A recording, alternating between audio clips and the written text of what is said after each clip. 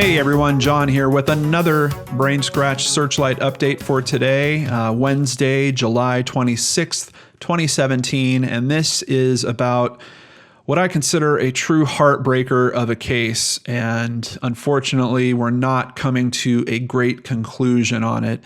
This is about Corrie McKeague. You might remember this is a guy that went out for a night of drinking. It seems like he went into an alley and then all of a sudden just disappeared. The first vehicle to be seen in the alley was a trash truck. And after the investigators got on it, they concluded that it looked like at least his cell phone might have been in the trash truck, but the weight certainly didn't match that there was a person in the trash truck. Then later, much later, we found out the weight was incorrectly recorded, and the true weight of the truck heavily suggests that someone pretty much precisely Corrie's weight was in the trash truck as well. The family has been waiting as the police finally decided to go looking through the trash. And now this week, we're starting to hear that their search has concluded, but they have not found Corrie. Starting with an article from mirror.co.uk, father of missing airman Corrie McKeague uses camper van to blockade rubbish tip as police end 10-month search. And here we see a picture of Martin McKeague with his partner Tricia, and they blockaded the entrance to Milton landfill site where they believe Corrie is buried. Officers from Suffolk and Norfolk police have spent 20 weeks sifting through 6,500 tons of waste, but they said they now have completed the search of the area where they know waste was deposited in that period. Mr. McKeague was devastated by the announcement, and we have some quotes from him here. As a father, I felt I had to come back here and block off the entrance. I want the search to carry on. All the facts and all the evidence lies at this landfill site, and as a father and as a mother, I think you would probably do the same thing. Speaking of Corrie's mother, she is also speaking out on this. Obviously, they are no longer together, but she has made some comments as well. Corrie, 23, went missing in September after a night out with mates.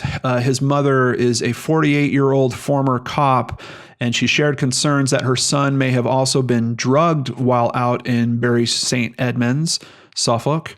But police announced that Corrie was known to sleep in bins as they called off the search yesterday, having found no trace of him at the landfill. Now, I tried to find more information about where that conclusion comes from.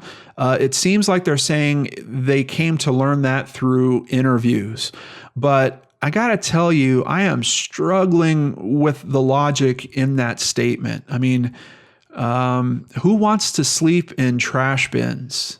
Just because you go out and you have a hard night of drinking, really? You're going to go to sleep in a trash bin when you have a car sitting in a parking lot? Why not just go sleep in your car? Not to mention the fact that this kid was dressed, young man, was dressed, if I remember right, he was wearing white pants and a pink shirt. Do you think those are really going to look good after sleeping in a trash bin for the night? I really don't know where that statement is coming from. I wish the authorities would be more clear about that conclusion. I think they're using it to help justify their decision to stop the landfill search. Today, Corrie's mom claimed there was more to the mystery in a post on Facebook. She wrote, "Someone claimed to me on a reward phone to have been told who killed Corrie and put him in the landfill. The police know this, and that is why they started looking at the process of the landfill and went on to search the landfill, yet they are not exhausting all lines of inquiry by completing the search." Now, I really struggle with this tip. I don't know if there is a lot of validity to this tip. We know that that was a usual pickup day for the trash. It just seems very loose to me if someone is truly planning on killing someone, that they would drug them, let them go walking about town, which we've seen the footage. We know he was walking on his own accord. There was no one carrying him. No one carried him over to that bin and put him in the bin. So I'm really struggling with the thought that this was a planned murder of some kind, or that someone engineered for him to wind up in that landfill.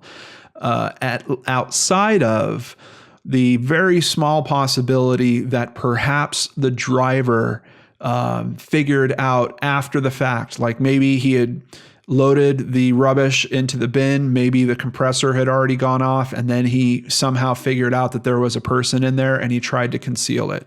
But even that's not a premeditated murder. That is something much different. That is covering up an accidental murder. So at most, I feel like that could be the situation that goes on here. But the conditions around how he got to the rubbish bin, how the rubbish bin truck was coming that morning to pick up from that spot, it's way, way too loose. I mean, like I said, someone would have had to carry him and put him in that actual rubbish bin for me to think that this was potentially some type of premeditation going on here.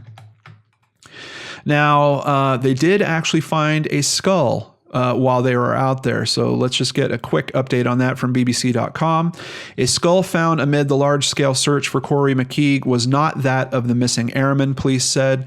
Police said the skull was female and dated back to pre-1945. And here's a quote from the police. There are no suspicious circumstances, therefore the investigation has been closed. The spokeswoman said the skull was found by workers at the site and had been traced back to a house clearance of a man who collected curios. I still think that is somewhat suspicious. Just because this is a guy that would have maybe collected some odd things, for him to have a human skull, that still belonged to somebody. How did he come into possession of that? I mean, admittedly, I guess he could have bought it from someone, but that still could be related to a crime.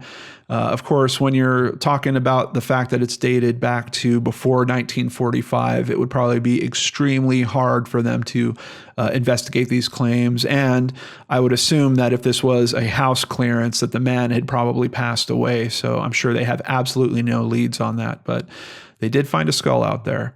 Police also said on Friday an external force was reviewing the investigation.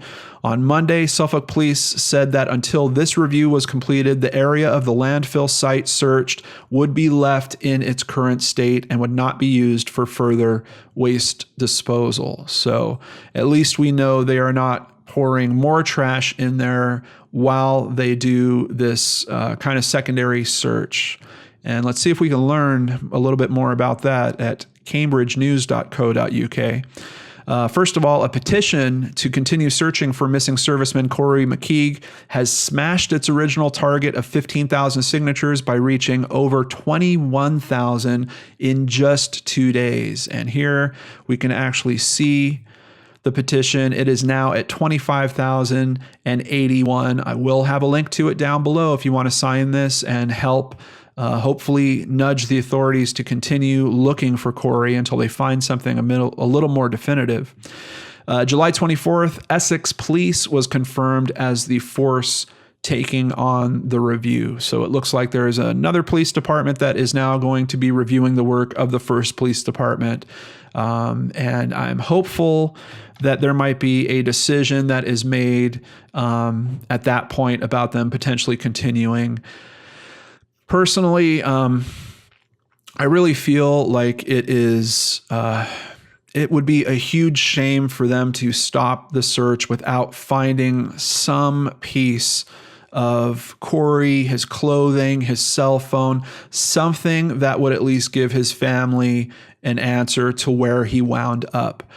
They're already going to have questions, as you can see with his mother. They're already going to question the circumstances of how he got there. Personally, I'm questioning the circumstances of how this investigation was stalled by bad information that was given about the weight on that truck, which early on police seemed to have dismissed that there was any foul play, that it was really just some type of technical or accounting error of some kind, which I'm really still struggling with. But outside of all that, this family deserves to know where Corrie is, even if police aren't going to be able to answer how he got there, which you're talking about a pretty significant amount of time after his disappearance at this point. I believe even if they found his body, they're probably going to have trouble identifying what was the actual cause of death. I don't know. Very, very tough case. And of course, I will keep you guys updated on it. I expect that we'll probably have some news next week in terms of, are they going to turn this trash dump back over to the company and allow them to start filling on it again? Or are they going to truly halt all activity there and maybe continue their search for Corrie? Tell me what you guys think about it in the comments below, and thank you so much for spending some time with me here on a Searchlight update. I hope you and your families stay safe, and I'll see you back here tomorrow on the Lord and Arch channel.